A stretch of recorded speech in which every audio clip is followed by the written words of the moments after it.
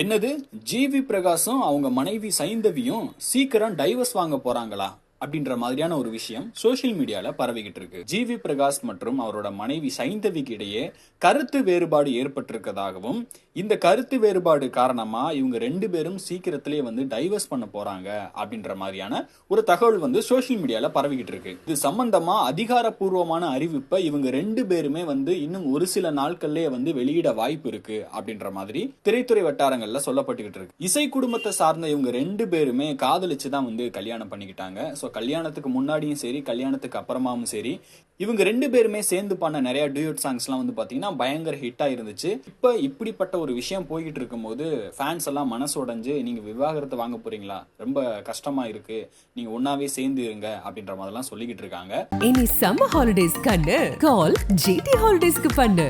GT holidays, south India's number 1 travel brand.